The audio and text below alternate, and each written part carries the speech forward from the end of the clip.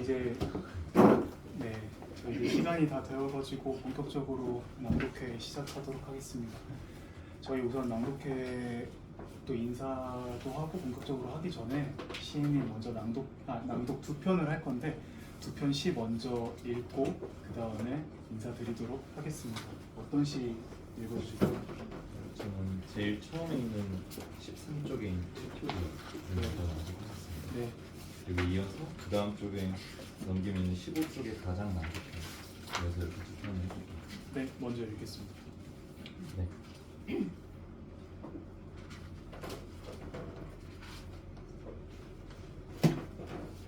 튜토리얼 5편 혹은 11편의 시가 무대에 오를 것이다. 그들이 고개 숙여 독자에게 예의를 갖추고 자리에 앉자마자 시가 시작될 것이다. 그들이 각자의 원고를 꺼내어 동시에 읽고 누가 제지할 틈도 없이 뒤섞일 것이다. 단어들이 드문드문 들리고 한 편에 집중하려고 치면 다른 한 편이 목청을 높일 것이다. 그들은 서로가 편치 않을 것이다. 각자가 서로를 인정하지 못할 것이다. 그것은 서로에게 시가 아니기 때문이다. 각자가 읽는 자신에게 집중할 것이다. 서로의 잡음을 이겨내기 위해 공백을 비집고 잠시 멈추고 소리를 높이고 독자에게 밀착하고 주목받는 곳으로 자리를 옮기고 모든 게 끝나기를 기다리며 침묵하고 유인물을 배부하고 몇몇 독자의 귀에 대고 속삭이고 조명을 받으려고 손짓을 하고 말다툼을 하고 고개를 젓고 결국 중단될 것이다. 몇 편 정도는 먼저 끝났을 수도 있다. 몇 편 정도는 일찌감치 무대를 떠나고 소강 상태에 접어들 때 다시 등장할 수도 있다. 몇 편 정도는 아무것도 의미하지 않을 수 있다. 어떤 편도 시가 아닐 수 있다. 어떤 편도 기억나지 않을 수 있다. 모든 편이 모국어로 들리지 않을 수 있다. 어떤 편이 사물로 대체될 수 있다. 모든 편이 배우로 보일 수 있다. 그러나 독자가 모든 것을 그대로 흘려보내야 한다는 사실만은 변하지 않고 어떤 것에도 개입할 수 없다는 무력함도 변하지 않고 아주 사소한 무엇이라도 어떤 편이라도 건드리고 정리하고 다독이고 언급하고 제지하고 다그치고 넘겨짚고 이해하고 차단하고 응원하고 옮겨졌고 내던지고 쑤셔넣고 구토하고 쓰러뜨리고 무시하고 파내고 실어가고 덮어두는 이들이 강제로 연행되고 객석에는 관객을 잃고 쓰러지는 철제 의자가 30개 혹은 6개.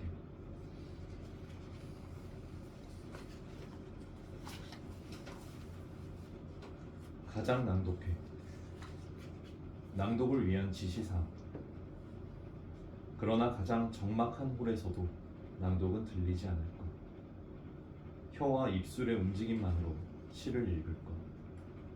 관객은 자신의 청각을 해방할 것. 낭독은 점점 빠른 속도로 진행할 것. 처음에는 모데라토, 다음에는 알레그로, 마지막에는 아지타토, 프레스티시모까지 치달을 것. 정확한 발음과 깊은 성량으로 낭독할 것. 관객은 그 모습을 낱낱이 들여다볼 것. 팔짱을 끼고 한쪽 어깨를 불쑥 내민 채로 낭독자의 검은 목구멍을 꿰뚫어 볼 것. 날카로운 불신과 의심 속에서 낭독자를 말없이 힐난할 것.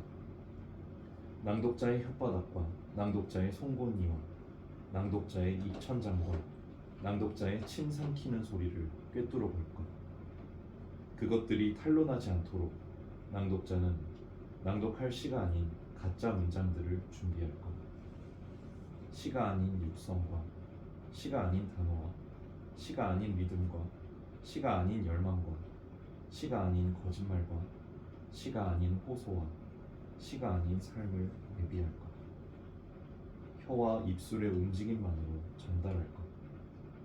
요동치는 침묵을 관객들은 두 눈으로 필사하여 한 권의 책으로 엮을 것. 그것을 소리내어 읽을 것.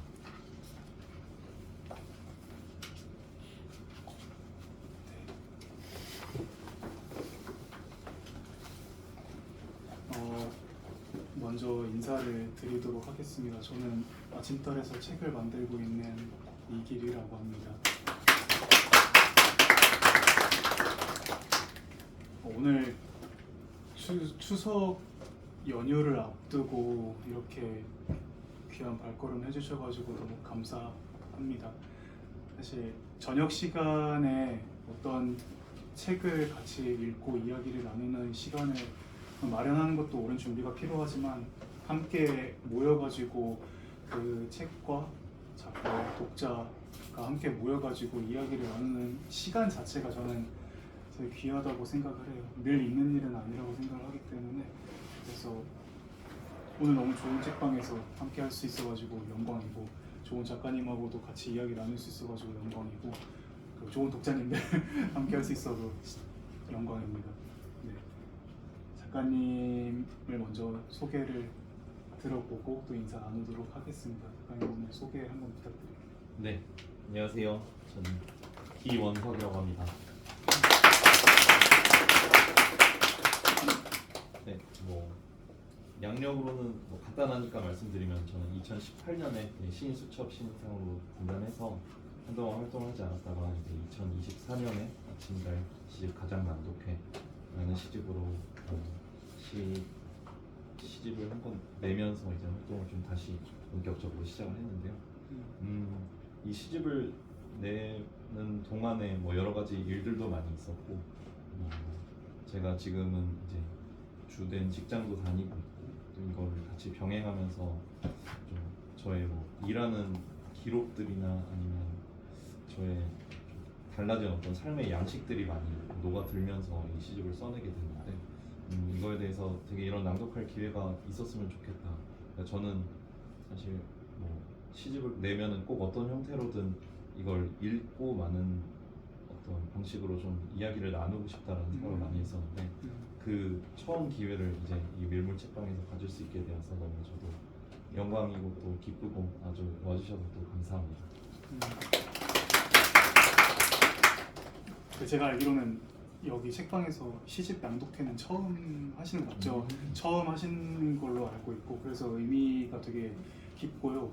그리고 기원석 시인님의 첫 시집이기도 하고요. 이 시집이 그리고 오늘이 기원석 시인님의 첫 낭독회이기도 해가지고 많은 처음이 모여서 함께 하는 자리가 되어서 되게 좋다고 생각을 하고 있습니다. 요즘에 어떻게 지내세요? 좀 더 근황 얘기를 해주신다면. 네, 저는 이제 제가 블로그나 인스타로는 가끔 이제 제가 어떤 일을 하는지를 소개를 드리긴 하는데 전 지금 이제 교도관으로 일을 하고 있고 저 지금은 이거는 얘기 드리면 오히려 조금 기분이 안 좋으실 수도 있는데 그 성폭력 수용자들을 대상으로 해서 그 심리 치료, 심리 상담 이런 것들을 해서 어떻게 하면 이제 이 수용자들과 상담을 하고 교류를 하면서 재범을 하지 않을 수 있을까 이런 거에 대해서 좀 고민하는 역할을 지금 하고 있습니다. 이제 그 와중에 올해 초였죠. 저희가 이 시집을 내기로 되었었던 게 그 심리 상담을 하게 된 것도 부서 이동을 하면서 올해 초에 오게 됐는데 어떻게 보면 올해 되게 저에게 있어서는 개인적인 겹경사 이런 거 있다고 생각을 하는 그런 좀 상담사로서의 일도 열심히 재밌게 하고 있으면서 또 지금 마침 또 시집이 잘 되고 작품 활동도 이제 또 더 열심히 해야겠다 이런 생각을 하게 되는 좋은 기회가 올해 한꺼번에 찾아오게 됐던 것 같아요. 제가 상담 공부하는 거는 오늘 처음 알아가지고 네. 그걸 만약에 알았으면은 좀 더 제가 준비할 수 있는 이야기도 많았을 것 같은데 그 얘기는 뭔가 뒤에 할 수 있으면은 또 같이 시랑 곁들여서 하면 좋을 것 같아요. 네, 좋습니다. 그 이번 시집이 아까 시인님도 말씀을 해주셨지만 6년 만에 펴내는 첫 시집이고요. 아침달에서 출간을 하게 되었는데 요즘에 시집 좀 들춰보세요. 출간 이후로 어떠세요? 제가 제 시집을요? 네. 오, 왜 이렇게 좀 보고 이렇게 네. 하시나요? 책을 손을 받고. 네, 당연히 자주 보고 있습니다. 저는 이제 제가 정확히 이거를 본다기보다는 어쨌든 그 원고로 저장이 되어 있던 제 그 파일 있잖아요. 네. 그거를 되게 자주 들여다보게 되기도 진짜요? 하고, 네, 또 가끔은 이제 이것도 또 때늦은 후회긴 하지만 여기를 이렇게 고쳤으면 어땠을까 이런 그런 생각도 가끔 하면서도 요즘에는 좀 그래도 최근에는 책으로 보는 게 또 이게 물성이 있다 보니까 재밌어서 이걸로 펼쳐보는 일도 많은데 예전이랑 딱히 그렇게 빈도가 다르지 않게 종종 들여다보고 또 아쉬워하는 것들은 아쉬워하고 이걸 보면서 또 다른 시를 쓰고 싶다는 생각을 할 때도 많이 있고 그런 것 같아요. 출간하고 나서 지금 한 달 정도 지났거든요.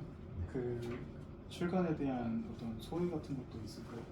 어떤 기분이었는지 책을 낸다는 것이 어떤 의미로 다가왔는지 좀 더 얘기를 해주신다면. 제가 등단할 무렵에 2018년 즈음에 시를 그때 썼던 것들이 여기에 한 3분의 1 정도 그 다음에 그 이후에 썼던 게 한 3분의 2 정도 되는데 이것들이 모이면서 아까도 저희가 이제 시작하기 전에 좀 사담을 나누면서 이야기를 했었지만 이게 한 권의 형태로 언젠가는 털어내야겠다는 생각이 되게 많이 들어요. 그러니까 이게 제 안에서는 막 이런저런 방식으로 해석이 되기도 하고 또 더 나아가는 어떤 방향도 스스로 이제 많이 느끼고 물론 주변에 아주 친한 지인들에게 이제 조금씩 보여주면서 어떤 감상이 들었는지 아니면 뭐 어떤 게 아쉬웠는지 이런 걸 물어보긴 했었는데 이게 조금 더 나아가는 어떤 순간들이 되니까 이제 얘를 보내줘야지 내가 다른 어떤 것들을 더 할 수 있겠구나 이런 생각이 제일 많이 들었던 것 같아요. 그래서 그럴 즈음에는 한 40편에서 50편 정도의 분량이 제가 이제 모였고 그 이후에는 계속 이제 조금이라도 더 뭐 낫다 아니면 조금 더 잘 정제되었다라고 생각이 드는 것들을 넣고 또 그 전에 것들을 빼고 이런 과정들을 계속 거치면서 이 안에서 계속 풀이 머무르게 되더라고요. 그래서 이걸 머무르던 걸 이제 잘 보내주고 다음 단계로 가기 위해서는 언젠가는 이 책을 내는 작업이 필요하겠구나라는 생각이 들었었고 그래서 실제로 내고 나니까 한동안 시가 잘 안 써지더라고요. 잘 안 써지기도 하고 그리고 그 이후에 쓰는 것들이 조금 지금 요즘에 제가 완전 최근에 쓰고 있는 거는 좀 작년과는 좀 달라졌다 이런 느낌도 좀 드는 거 같고 어떤 스타일이 이제 하나로 좀 이렇게 굳어지면서 또 이 안에서 뭔가 더 새로운 이야기를 할 수 있을까라는 다른 방향으로의 탐구를 시작하게 됐다 이런 느낌도 좀 갖게 된 것 같습니다. 그러니까 우리는 다양한 서점을 돌아다니고 다양한 책들을 경험하고 소비하잖아요. 독자로서 소비자로서. 그럼 책이 정말 많거든요. 이 세상에 정말 책이 많고 다 못 읽는데 어쨌든 우리는 그 와중에 책을 고르고 나만의 취향을 찾고 이런 과정을 또 즐기고 한단 말이죠. 그래서 독자로서는 책이 그냥 우리한테 툭 던져져 있으니까 금방 나온 것처럼 보이고 금방 쓴 것처럼 보이고 그렇잖아요. 되게 이례적으로 소비하는 경우가 대다수니까. 근데 사실 오늘 얘기도 들어보면 아시지만 굉장히 오랜 시간이 걸리면서 책이 만들어지고 그리고 책을 이제 저처럼 이제 편집자와 함께 만들게 되었을 때 또 만드는 과정도 되게 다사다난한 흐름을 거치고 이게 정말 책 한 권을 두고 수많은 사람들이 둘레를 가지면서 정말 저는 여기 일을 하게 되면서 더욱 그런 걸 느끼는 것 같아요. 이 한 권을 위해서 얼마나 많이 애쓰는지가 그 이야기가 함께 담겨 있다는 것을 오늘 오신 독자분들도 아신다면 책을 한 권 고르실 때 또 그런 어떤 경험 이야기 수고하는 어떤 출판 노동자들의 땀 그리고 그거를 팔기 위해 노력하는 여러 이제 독립서점 그 대표님들과 또 대형 서점들도 다 포함이고 얼마나 수고하시는 분들이 많겠습니까? 그래서 오면은 저는 이런 책방 오면은 이제 그거부터 보이는 거예요. 아 책이 너무 많다고 좋다 이런 느낌보다는 얼마나 다 했었을까 이러면서도 이렇게 이 얼마나 많은 시간들이 다 혈투의 흔적들이잖아요. 그래서 그런 것들도 생각났고 그리고 이 시집도 되게 귀한 시집이죠. 당연히 6년 만에 나온 시집이기도 하고 그래서 작가님의 소회도 좀 들어보고 싶었습니다. 책을 어쨌든 원고를 묶으면서 창작자로서 쓰는 것과 이거를 이제 함께 만드는 것은 조금 다른 감각이셨을 것 같은데 만드실 때 되게 뭐 좋았거나 힘들었던 점 혹시 있으실까요? 힘들진 않았던 것 같아요. 일단 뭐 이 사실 저는 이제 훨씬 더 늦게 나올 수도 있겠다는 생각도 많이 했었거든요. 그러니까 그냥 이 한 권이 뭐 사실 제가 이제 한동안 또 그 창작 활동을 하지 않는 동안에는 정말 뭐 그 주변 지인들과 교류도 아예 없었고 그래서 정말 그때는 그러니까 이 책을 내기 직전에 뭐 2023년이나 22년 한 이럴 때에는 그냥 주변에 남아있는 사람들이 없이 그냥 정말 혼자서 제가 이게 맞을까 하는 방식으로 좀 안중모색하면서 많이 길을 걸어왔었는데 그때는 제 책이 이렇게 어떻게 보면 좋은 기회를 얻어서 빨리 나오게 될지를 전혀 생각하지 못했기도 하고 또 나오더라도 이게 사실 재밌게 읽힐까? 라는 거에 대해서는 지금도 그냥 물음표이긴 해요. 그러니까 제 나름대로는 당연히 저는 이 책이 갖고 있는 한 권의 그 어떤 정수라든지 아니면 제가 이야기하고 싶었던 것 이런 것들은 정말 좀 가득 담겨 있다고는 생각하지만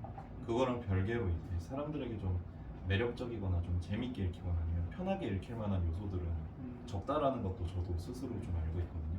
그래서 저는 되게 엄청 빠르게 뜻하지 않게 좋은 기회를 얻었다는 것 자체에 너무 재밌어서 그래서 그냥 그 만드는 과정 자체가 하나하나 되게 흥미로웠고 이제 네, 예를 들면 뭐 여기서 이제 그 우리 이기리 편집자님하고 같이 그 원고를 계속 1교, 2교, 3교 이렇게 주고 받으면서 교정하는 과정에서 이런 것들을 제안을 해주셨을 때 예를 들면 뭐 오탈자 같은 게 아니라 이런 부분은 이 시에서는 이런 단어가 어떨까요? 여기서는 뭐 이렇게 행가를 하거나 이런 건 어떨까요? 라고 제안해 주실 때 되게 와 이렇게 볼 수도 있구나 이렇게 보는 게 좀 더 낫기도 하네 또 어떤 거는 이 부분은 내가 생각했던 게 좀 나은 것 같은데 뭐 이런 생각을 되게 많이 비교하면서 좋네요. 이런 말 많이 해주세요.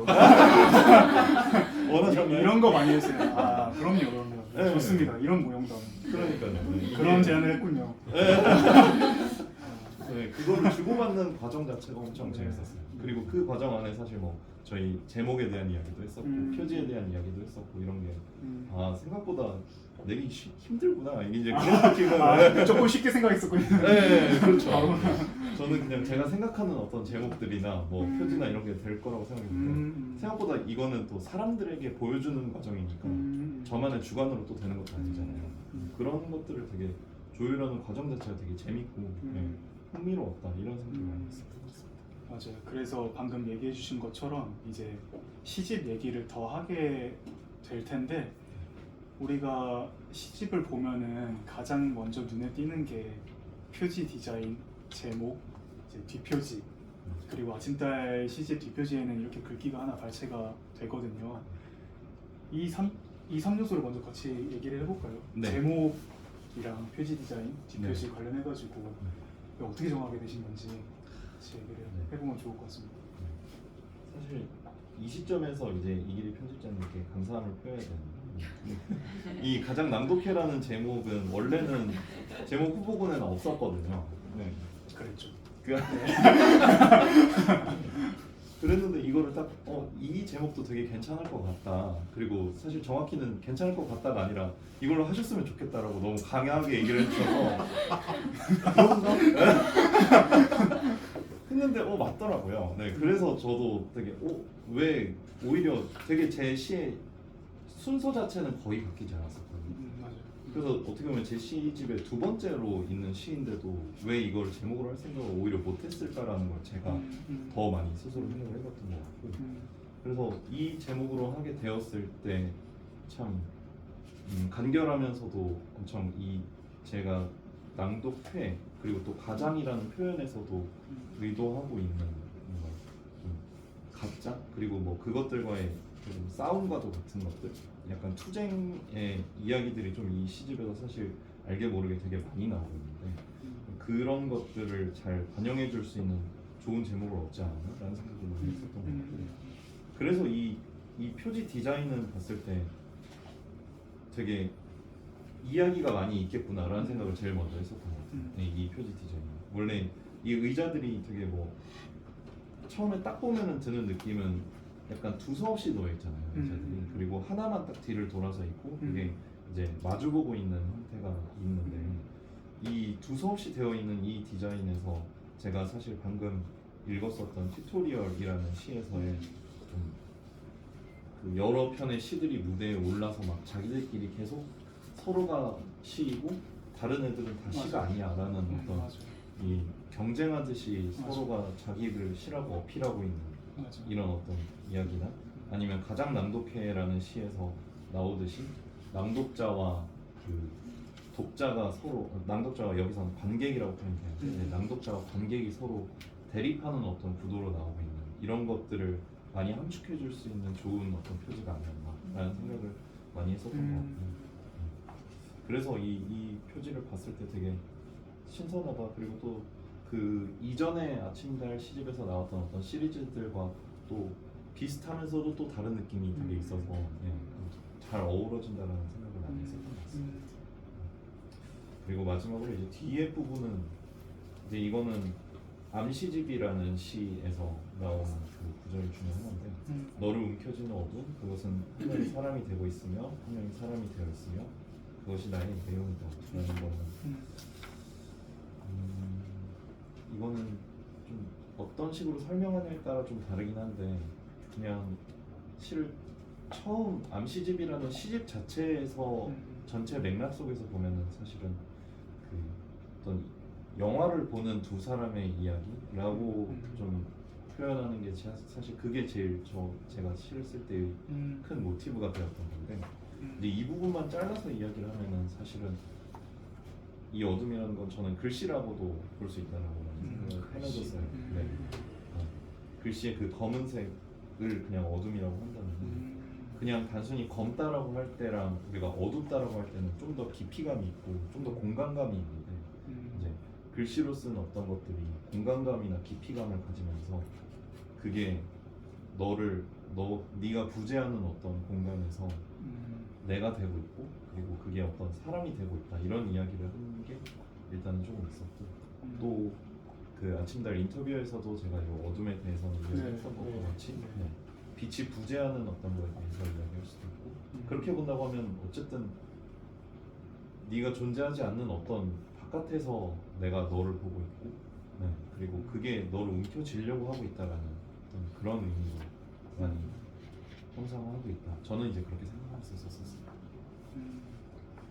그 방금 그래서 말씀해주신 것처럼 이 시집이 어울리는 키워드가 몇 개가 있는데 방금 계속 반복하는 침묵이라는 키워드도 있고요, 어둠도 있고요, 그리고 계속 이 문체일 텐데 문체가 여기 시집을 보면은 계속 반복적인 구조를 또 가지고 있고 그것이 또 변주의 형태로 이루어져 있단 말이죠. 그래서 그 부분도 되게 리듬감이 잘 살려져 있어서 그 부분이 되게 독서할 때 재밌는 요소 중에 하나가 될 수 있을 것 같고요. 그리고 이 시집을 이해하는 데 조금 도움이 된다면은 방금 시인님께서 말씀해 주셨던 어떤 부재 형식이라고도 할 수 있을 것 같아요. 어둠이 글씨라고 하신 것에서 조금 느껴지는 게 있다면은 어쨌든 텍스트라는 것은 흰 바탕에 검은 글씨로 씌워지는 거잖아요. 그리고 우리는 그 어둠의 세계인 텍스트의 세계를 이제 읽는 거고, 그리고 되게 아이러니하게 텍스트들이 이제 그 어둠의 세계를 펼치기 위해서는 백지의 세계가 필요한 것이고 그 백지는 사실 텅 비어 있어야만 가능한 이야기잖아요. 그래서 부재가 존재하여야만 계속해서 뭔가 존재를 입증할 수 있고 증명할 수 있는 어떤 그런 분투가 우리의 삶의 어떤 거대한 은유이지 않을까 뭐 이런 생각도 좀 들기도 하고요. 그게 이 시집이랑 너무 잘 어울려요. 그리고 여기 그게 이 두 의자가 또 말해주는 것 같기도 하고 그런 게 좀 많이 느껴지는 시집이었습니다. 시인의 말을 또 얘기를 안 할 수가 없는데요. 시집에서 우리가 또 주요하게 보는 요소 중에 하나가 시인의 말이기도 하잖아요. 사실 시인의 말 보고 막 책을 고르거나 또 독서하시는 분들이 되게 많단 말이죠. 그리고 요즘에는 숏폼이 워낙 콘텐츠화가 많이 돼가지고 시인의 말만 따로 가져와가지고 또 SNS에 많이 올리시기도 하고 그렇단 말이죠. 시인의 말이 되게 그래도 중요한 요소 중에 하나라고 할 수 있는데 이거 한번 짧게 읽어봐 주실 수 있을까요? 네. 또다시 일어나고 있습니다. 당신이 암투 끝에 해치우고 쓰러뜨린 당신의 삶이. 이 시네마를 쓰게 된 순간이 기억이 나세요? 여기도 암투가 들어가기 때문에 어떤 어둠성이 또 들어가 있단 말이죠. 어떠셨나요? 이거는 저는 시인의 말은 가장 마지막에 쓰긴 했는데 이게 제가 환영합니다.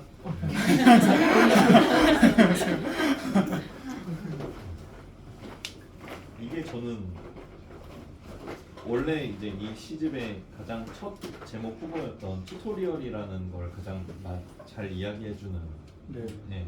구절이라고 생각을 해서 좀 이 부분을 한번 여러 가지 뭐 후보를 이것저것 올렸었다가 이걸로 최종 결정을 하게 되었습니다. 제가 생각하고 있던 튜토리얼은 이제 이 시집에서 모든 이제 각 부에서 튜토리얼이라는 시가 거의 엄청 앞부분에 등장하고 좀 반복적으로 등장하는데 그거랑 마찬가지로 어떤 뭐 게임이라고 한다면은 이 게임에서 튜토리얼 다음으로 넘어갈 수 없는 되게 답답한 세계관에 대해서 이야기하는 게 이거기도 했었어요. 근데 이제 그 튜토리얼이라는 게 사실은 게임의 본 게임도 아니고 그 전에 어떤 방식으로 조작해야 되는지 아니면 맞아요. 어떤 게임의 목표가 뭔지 그냥 이런 것들을 설명하는 되게 맞아요. 단조롭고 몇 개 키도 조작할 수가 없고 네. 그리고 패턴이 이곳 안에서는 할 수 있는 것도 별로 없는 되게 한정된 공간인데 맞아요. 그냥 왜 저는 그거를 많이 떠올리면서 했거든요. 그러니까 우리 삶은 연습이 아닌데 처음 하니까 다들 익숙하지 않아서 그렇죠. 네, 이 삶이 연습이 아니라 뭔가 본 게임에 한 번 더 있었으면 아니면 내가 다시 뭔가를 한다면 더 잘할 텐데 이런 생각을 하면서도 사실은 우리가 한 번밖에 없는 삶을 그냥 살잖아요. 약간 그거에 역전된 세계로서 계속 우리는 연습밖에 없는 어떤 삶을 살고 있는 건 아닌가라는 생각을 해보면 또 그것도 그 나름대로 되게 답답하겠다 이런 생각을 좀 했었던 것 같아요. 그게 이제 여기에서 얘기한 걸로 치면 그냥 매일매일이 다시 일어난다는 건데 네, 당신의 삶이 일어나고 다음 날에도 또 일어나고 그 다음 날에도 또 일어나는데 근데 밤이 오면서 내가 밤이 오기 전까지 암투 끝에 겨우겨우 하루를 살아내고 쓰러뜨렸는데 그 다음 날에 또 아무렇지 않게 또 일어나는 그런 것들에 대해서도 이야기하는 게 이 부분이었고 그래서 저는 이제 물론 이건 이제 저의 정말 배경 설명을 미리 드린 거지만 이거를 읽고 뭐 제 직장 동료분들이나 이렇게 좀 시를 잘 모르는 분들한테도 좀 물어봤었어요. 네. 무슨 느낌이 드냐고. 네. 그랬더니 어떤 분들은 좀 되게 쓸쓸한 것 같다 이렇게 얘기를 하시는 분도 있었고 또 어떤 분들은 되게 의지적이다 이렇게 얘기하시는 분들이 있더라고요. 근데 저는 사실 쓰면서는 좀 화가 나는 느낌으로 쓰긴 했거든요. 네, 왜냐면 겨우 쓰러뜨렸는데 다음날에 또 일어나면 짜증나잖아요. 이런 네. 문제잖아요. 그러니까 겨우겨우 극복했는데 다음날에 또 아무렇지 않게 부활해 있고 이런 걸 보면서 좀 되게 인생이 힘들구나 이런 느낌을 좀 받으면서 썼는데 어떤 분들 되게 의지적이기도 하고 쓸쓸하다는 걸 느낀 분도 있고 그래서 역시 뭔가 시집을 보니까 재밌다 이런 생각을 또 다시 했던 것 같습니다. 근데 어쨌든 그 튜토리얼이 이 시집에서 연작으로 기능을 하고 있기도 하고 시인님이 시집을 묶었을 때 되게 주요하게 자리를 만들었던 키워드 중에 하나가 될 수 있는데요. 방금 말씀해주신 것처럼 튜토리얼이라는 것은 삶의 본 게임에 진입하기 전에 우리가 연습하는 세상인데 사실 우리가 너무 힘든 삶을 살고 있잖아요. 다들 각자의 어떤 힘듦 속에서 살아가고 있고 그리고 우리는 프로가 아니잖아요. 우리 삶에 있어서 능숙하지 못하고 계속 늘 뭔가 처음 하기도 하고 익숙해지는 삶은 있겠으나 조금 늘 어렵고 처음 하고 서툴고 이런 부분들이 있을 텐데 방금 말씀해 주신 것에서도 느꼈던 게 튜토리얼은 기본 조작만 알려주잖아요. 게임으로 치자면 기본적인 뭐 공격, 수비 뭐 이런 게 있다고 한다면 그런 정도의 기본 조작만 알려주고 약간 그런 거 있잖아요. 고급 기술이나 치트키 이런 건 안 알려주잖아요. 네. 그건 우리가 터득해야 되잖아요. 실제로 그리고 본 게임에 진입했을 때 그거를 약간 알아가는 그런 것도 있고 그걸 삶으로 좀 빗대어서 얘기를 하면은 이 삶이 되게 정말 딱 기본 조정만 진짜 알려주는 느낌이 들기도 하고요. 나머지는 알아서 창의적으로 또 어떤 행위를 구현해 나가는 그런 삶이 또 아닐까 그런 생각도 들었고, 일어나고 있습니다 할 때 그 어떤 일어남의 수행성은 뭔가 전제가 또 필요한 것 같아요. 누워있거나 쓰러져 있어야만 한다는 또 그런 전제도 필요한 것 같고, 우리가 바로 일어나 있는 상태에서 살진 않잖아요. 어쨌든 누워있거나 쓰러지거나 그런 상태가 또 있어야만 또 일어날 수 있고, 또 외압이 또 있을 수 있고, 그런 복합적인 삶이 또 생각나기도 하는 것 같아요. 이 시집이 계속 그런 측면에서 삶에 대한 본질적인 질문을 던지고 있는 시집 같았어요. 무언가를 긍정하는 느낌도 있긴 하겠지만 저는 되게 좀 부정하거나 약간 원망하는 느낌? 약간 이런 투의 시로 읽었던 것 같아요. 자꾸 여기서도 방금 두 편 읽어주셨을 때도 별거 아닌 것 같은데 계속 막 싸우잖아요. 이 무대를 뭔가 위에서 뭔가 서로 시들이 편치 않고 뒤섞이고, 가장 낭독해도 뭔가 완벽한 구절을 향하는 느낌이 아니라 더 모호한 침묵, 공허한 침묵으로 가는 것 같은 느낌이 들어가지고 이 삶이 되게 미궁으로 빠지는 것만 같다. 이 시집을 읽으면 읽을수록 더 그랬어요. 네, 그런 감상을 또 해볼 수 있었고요. 저희가 또 낭독을 해야 되기 때문에 시인님 낭독 또 듣고 시집 얘기를 더 해보도록 하겠습니다. 어떤 시 읽어주실까요? 저는 32쪽에 있는 바게트를 읽어보겠습니다. 네.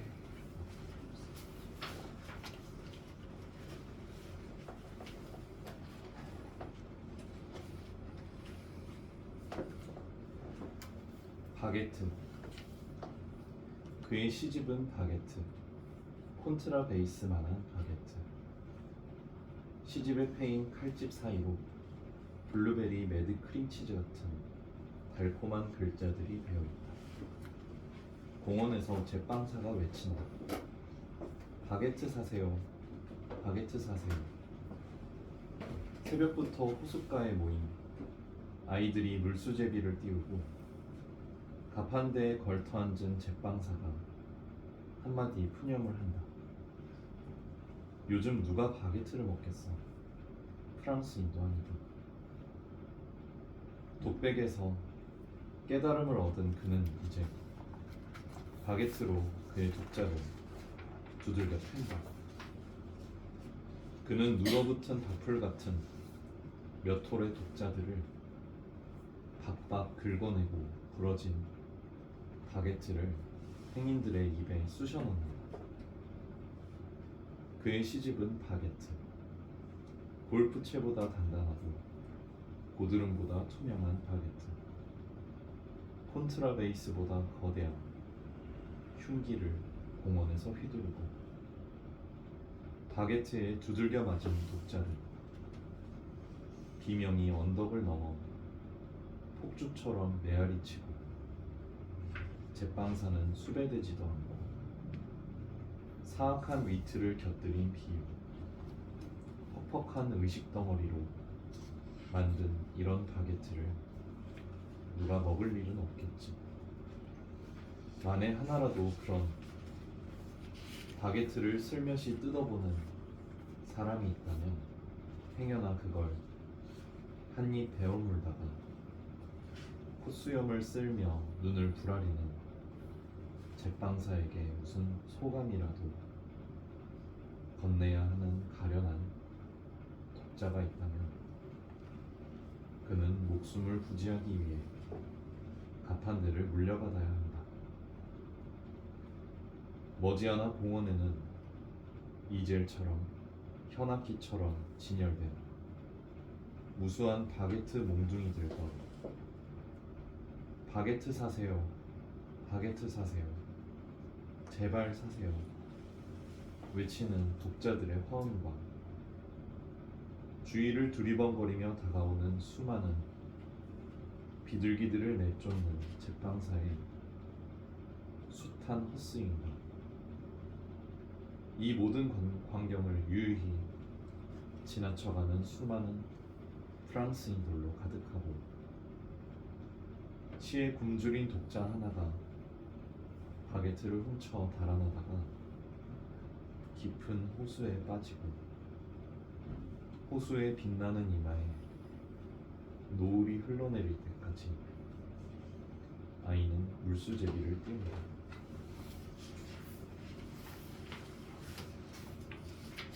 이어서 36쪽의 암시집을 읽겠습니다.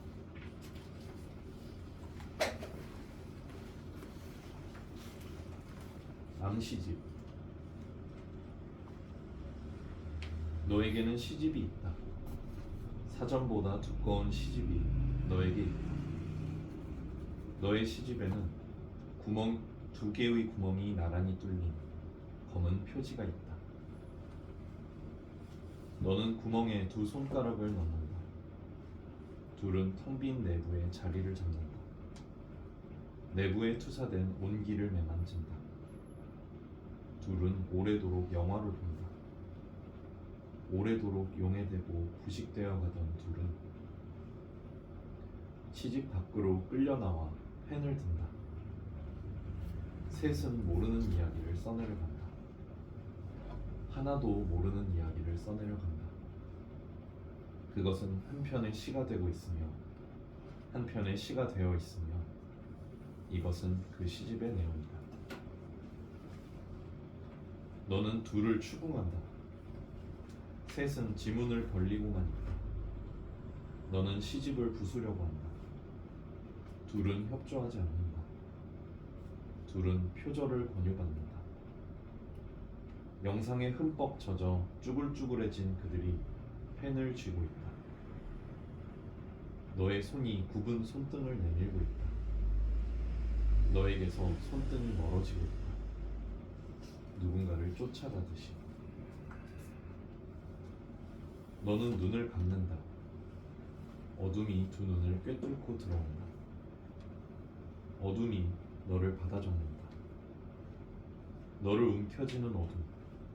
그것은 한 명의 사람이 되고 있으며 한 명의 사람이 되어 있으며 그것이 나의 내용이다.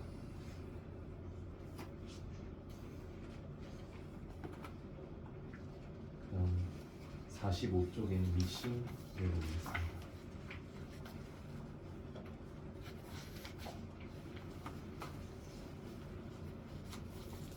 미싱. 당신은 누구인가요? 나는 상상 속에서 묻는다. 당신은 어떤 사람인가요? 상상 속의 나는 두꺼운 안경을 쓰고 알전구 아래 고개를 떨어뜨린 채 나의 질문을 곱씹고 있다. 어렵네 하고 말하는 나는 자신의 메마른 목소리에 놀라지만 상상 속에서는 자신이 누구인지에 대한 바보 같은 상상은 하지 않는다. 어쨌거나 상상 속의 내 손에는 굳은 살이 박였고 상상 속에서도 새벽은 참 길어서 나는 미싱을 돌리고 있었다. 상상 속의 책상 위에는 모르갈 같은 편지가 하나 있었다.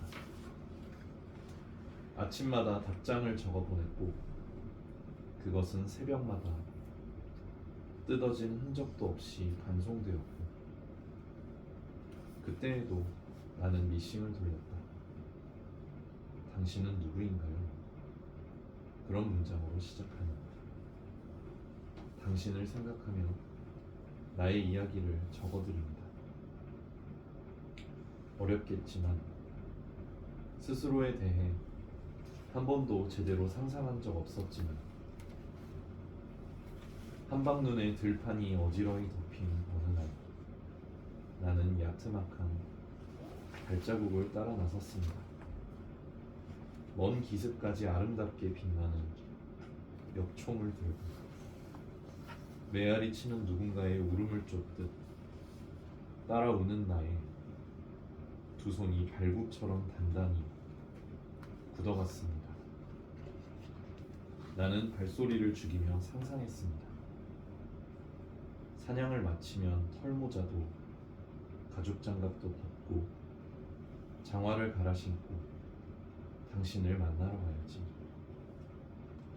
품에 넣어둔 답장을 건네줘야지. 당신도 내가 보고 싶을까?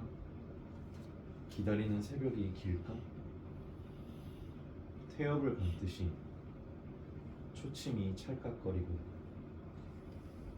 알전구 같은 달빛 아래 사냥감의 발자국을 한 땀 한 땀 이어가면서 새카맣게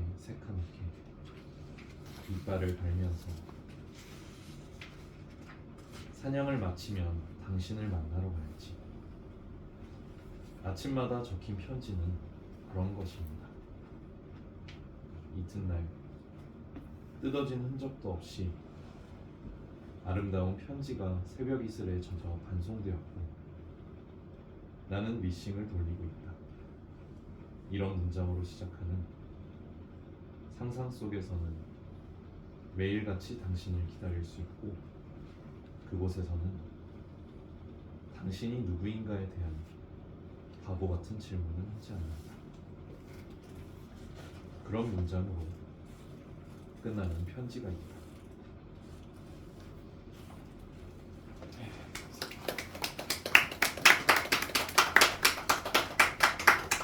낭독 너무 잘하시죠. 목소리가 너무 좋아가지고 듣다가 계속 빨려드는 것 같아요. 그 여기 지금 낭독해주신 시 중에는 제가 좋아하는 시는 미싱이거든요. 제가 미싱을 되게 좋아해가지고 사실 뒷표지 구절에도 그 포함을 했잖아요. 네. 여기에서 뭔가 구절을 따보고도 싶었고 했었는데 뭔가 이 시집 전체가 되게 호의적인 시집은 아니라고 생각했었어요. 뭔가 다정한 시집 같지는 않았는데 그래도 다정함이 아예 메말라 있는 시집까지는 아니었다고 생각이 들었던 게 몇몇 시편 중에 다정함이 좀 묻어있는 시들이 있었는데 좀 그 중에 미싱이 좀 그렇게 느껴지긴 했었거든요. 제 착각일 수도 있겠지만 조금 더 구어체적인 느낌도 있고 그리고 당신에게 편지 이런 관계망에 놓여있는 게 꼭 뭐 그게 꼭 다 다정할 필요는 없겠지만 그렇게 끝나는 문장, 그런 문장으로 끝나는 편지가 있다. 상상 속에서 당신 생각하고 이런 과정들이 되게 저한테는 다정하게 느껴지더라고요. 그래서 따로 준비하지는 아니었지만 이 미싱 쓸 때는 어떤 감각으로 쓰셨어요? 그것도 궁금했어요. 사실 미싱을 지금 이 편집자님께서 말씀하신 것처럼 이렇게 어떤 다정함이나 아니면 애정이 있다 이런 형태로 읽어주신 분들이 꽤 있어서 좀 놀랐어요. 저는. 왜냐면은 이 시는 사냥을 마치면 당신을 만나러 가야지라고 하는 구절 때문에 좀 어찌 보면은 살짝 우회했다고도 할 수 있는데 사실 그 사냥감이 이퀄 당신이다 이렇게 볼 수도 있는 부분도 꽤 있어서 그럴 수도 있죠. 네 그래서 그 왜 이 미싱을 할 때 이렇게 그 저는 사실 그 재봉에 대해서 잘은 모르지만 네. 드르륵거리면서 네. 일렬로 쭉 네. 이제 어떤 재봉이 되잖아요. 네. 그 재봉을 하는 것처럼 흰 눈에 발자국을 이렇게 찍어가면서 누군가를 추적해가는 이런 느낌을 사실 상상하면서 썼었거든요. 네. 근데 그게 이제 다른 이야기. 네. 그게 이제 사냥감을 쫓아가는 엽총을 들고 쫓아가는 이런 이야기이기 때문에 사실 널 정말 죽이러 가겠다 이런 느낌으로 사냥을 나서고 있는 이런 시라고도 볼 수 있는데 그래서 좀 예전에는 이거는 조금 비교적 예전에 써졌던 시들인데 네. 이때의 제가 갖고 있는 여러 가지 좀 이런 뭔가 사랑에 근접해 있는 시들은 약간 이거는 또 어떤 다른 분이 읽어주신 건 되게 그로테스크함이었는데 그거에 저는 어느 정도 좀 동의하거든요. 그러니까 그냥 애정이라기보다 조금 애증의 느낌이 좀 있다. 네, 맞아요. 네. 그런 느낌도 들죠. 그래서 되게 감정의 온도가 높긴 하지만 엄청 증오하는 느낌도 있고 그리고 누군가 약간 죽이고 싶다는 느낌도 있고 또 좀 사랑한다는 느낌도 있고 이런 것들을 좀 같이 가지고 썼었던 부분이 많이 있었는데 그래도 또 뭔가 사랑시로 읽을 수 있다는 것 자체에 대해서 되게 재밌기도 했고 요즘엔 왜 이게 잘 안 나올까라는 생각도 조금은 하고 네.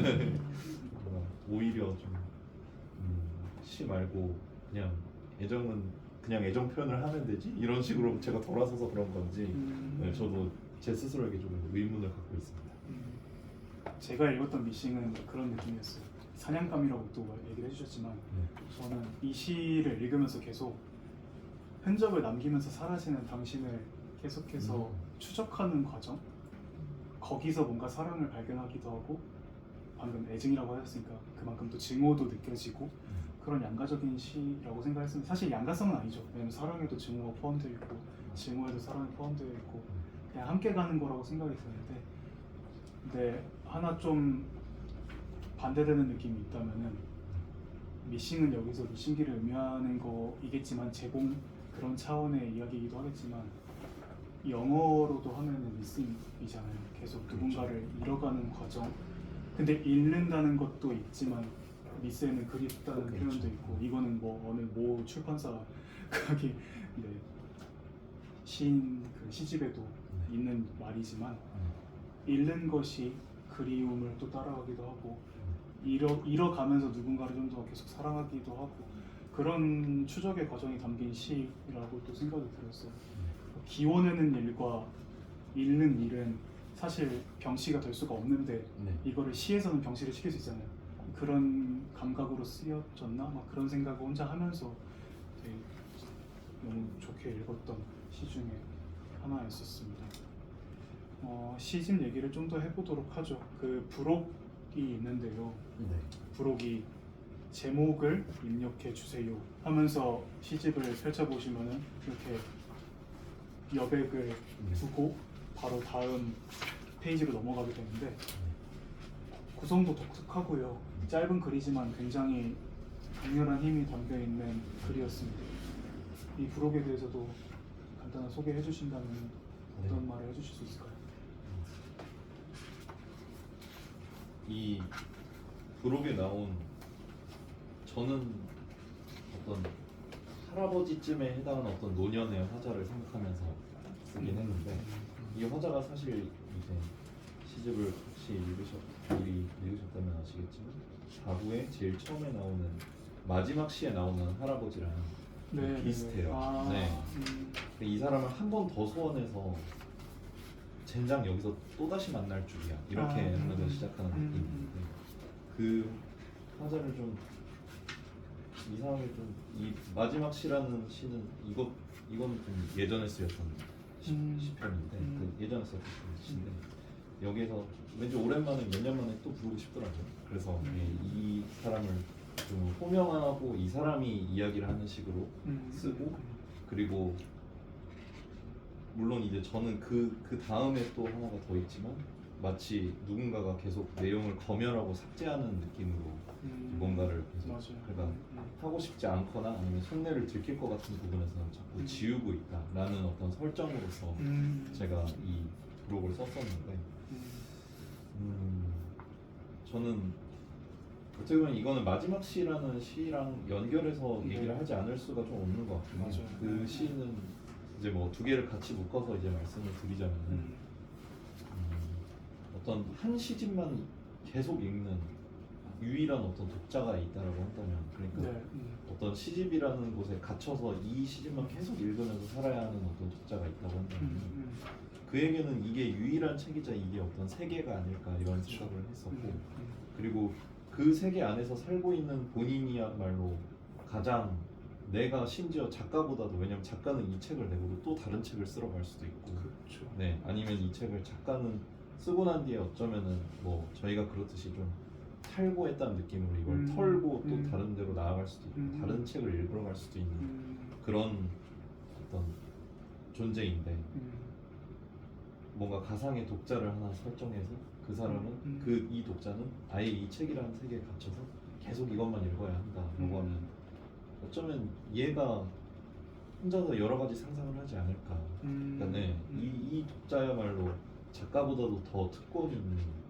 아니면 어쩌면 작가보다도 더 작가를 잘 아는 그런 독자가 되는 게 아닐까라는 생각을, 그런 상상을 하면서 좀 썼었던 것 같아요. 그래서 물론 이제 이것 또한 뭐 어떻게 보면 좀 말장난일 수 있지만 이 화자가 이제 가장 149쪽이나 150쪽에 있는 것처럼 네. 계속 뭐 이 시집에 전반적으로 실려 있는 시편들의 이야기들을 조금씩 설명을 하듯이 아니면 해설을 하듯이 그리고 그게 나한테 지금 다가오고 있고 나를 위협하고 있다라는 어떤 뉘앙스로 계속 이야기를 하는데 이걸 통해서 뭔가 이 시집이 하고자 했던 이야기들은 이런 암투 같은 내용이기도 합니다라는 걸 보여주고 싶기도 했고 사실 그런 것들이 다 전달이 되지 않았더라도 저는 맨 마지막에 이제 가시오 진짜 삶이 우리를 죄다 비우기 전에 그냥 요 한마디가 이 부록에서는 제가 제일 하고 싶었던 이야기라고 생각하거든요. 맞아요. 그러니까 우리가 좀 삶을 살고 있는 게 뭐죠? 사실은 우리는 삶을 채워나가면서 계속 살고 있다고 네. 보통은 그렇게 생각할 수 있는데 네. 가끔은 그냥 삶을 그냥 생각하는 대로 살지 않으면 뭐 사는 대로 생각하게 된다. 저는 이런 네. 표현이 좀 떠오르거든요. 네. 그러니까 그냥 닥치는 대로 살고 있을 때는 되게 가끔 사람이 좀 비는 느낌이 좀 든다고 해야 되나? 그 생각을 하면서 좀 이 구절을 썼었던 것 같아요. 그러니까 저도 이제 직장인으로서 일을 할 때도 그렇고 아니면은 제가 하기 싫은 것들을 좀 이렇게 매너리즘에 많이 빠져 있거나 아니면은 이게 그냥 단순히 돈벌이를 위해서 해야 되는 거다라고 네. 하는 네. 소모적인 어떤 과정들이나 아니면 뭐 우리가 사실 집에서 밥 먹을 때는 좋지만 밥 먹고 나서 설거지도 해야 되고 뭐 옷도 빨아야 되고 하는 어떤 이런 생활의 과정이나 내가 뭘 수리한다든지 이런 잡다하게 유지하기 위해서만 해야 되는 어떤 여러 가지 활동들이 있잖아요. 그런 것들 속에서 사실 하나하나 사실 재미를 찾아나갈 수도 있지만 가끔은 그게 아니라 이걸 또 해야 되네 뭐해 약간 이런 어떤 그 되게 회의감이나 아니면 참 좀 버겁다 이런 생각이 들 때 저는 이렇게 살다가 내가 약간 텅 비어버리겠다라는 생각을 좀 하게 되는데 이제 그런 어떤 삶들이 우리를 비우기 전에 뭔가를 어서 쓸어 가십시오 아니면 뭔가 어서 읽으러 가십시오 라는 얼른 이 진짜 삶 말고 어떤 형태로든 어떻게 보면 책이라는 게 가짜 삶이라고 한다면 가끔 우리는 이 가짜 삶 속에서 삶의 어떤 정수를 보기도 하고 진짜 삶보다도 뭔가 삶의 어떤 중요한 부분들을 더 그렇죠. 예, 책을 읽음으로써 더 느끼게 되기도 하고 혹은 책을 씀으로써 더 느끼기도 하는데 그런 부분들을 이렇게 등떠밀어 주는 그런 마무리를 하고 싶다라는 게 제가 부록을 쓰면서 든 생각이었습니다. 저는 말씀 들으면서 이거를 이제 회의적으로 받아들이게 되면은 이 삶이 대체 무슨 의미가 있을까? 아무리 내가 열심히 살아도 채워지지 않는 어떤 삶의 의미, 우리가 결국에는 다 삶이 비워질 텐데 이런 식으로 뭔가 회의주의자처럼 갈 수도 있을 것 같고요. 오히려 좀 더 이 삶을 긍정하게 되는 요소가 있다면은 물론 이 삶이 되게 힘들고 튜토리얼 여기 나오잖아요. 튜토리얼은 반복을 직조하고 있어 하면서 이게 무슨 의미가 있을까 하지만 근데 우리는 거기서 비로소 소중함을 얻게 되잖아요. 왜냐면 이 삶은 진짜 한 번밖에 없기 때문에 정말 소중한 것들로 이제 채워나가야지. 사랑하는 사람들과 함께 해야지. 좋은 공간에서 좋은 음식도 먹고 그런 소중함을 떠올리게 하는 어떤 되게 주요한 근거가 되기도 하고 증거가 되기도 하니까 그런 부분이 느껴지는 것 같아요. 그리고 바로 이 부분이 생의 아이러니를 드러내는 부분인 것 같습니다. 우리 삶은 어쨌든 결국 비워내는 방식으로 이루어지기 마련인데 필연적으로 근데 그러기 때문에 우리가 더욱 이 삶을 살아가면서 채워나가는 방식들이 저마다 있잖아요. 저는 뭐 취미생활 하는 것도 채워나가는 방식이고 책을 읽는 거, 뭐 사람들을 만나고 이야기를 나누는 거 그런 것들이 다 개인의 각자만의 서사를 채워나감으로써 삶을 긍정하게 되고 의미를 채워나간다고 생각하거든요. 왜냐하면 그런 의미를 채워나가지 않으면 정말 말 그대로 이 삶이 아무것도 아니게 되어버리기 때문에 우리는 아무것도 아닌 사람이 되고 싶지는 않잖아요. 그렇기 때문에 가짜 삶, 시집이라고 할 수 있는데 가짜 삶을 통해서라도 무언가를 긍정하게 되는 거고 그게 책과도 연결이 되어 있고 그게 또 우리의 진짜 삶을 위한 일이기도 하고 그런 식으로 좀 변주해서 나아갈 수 있지 않을까 생각이 좀 들었습니다.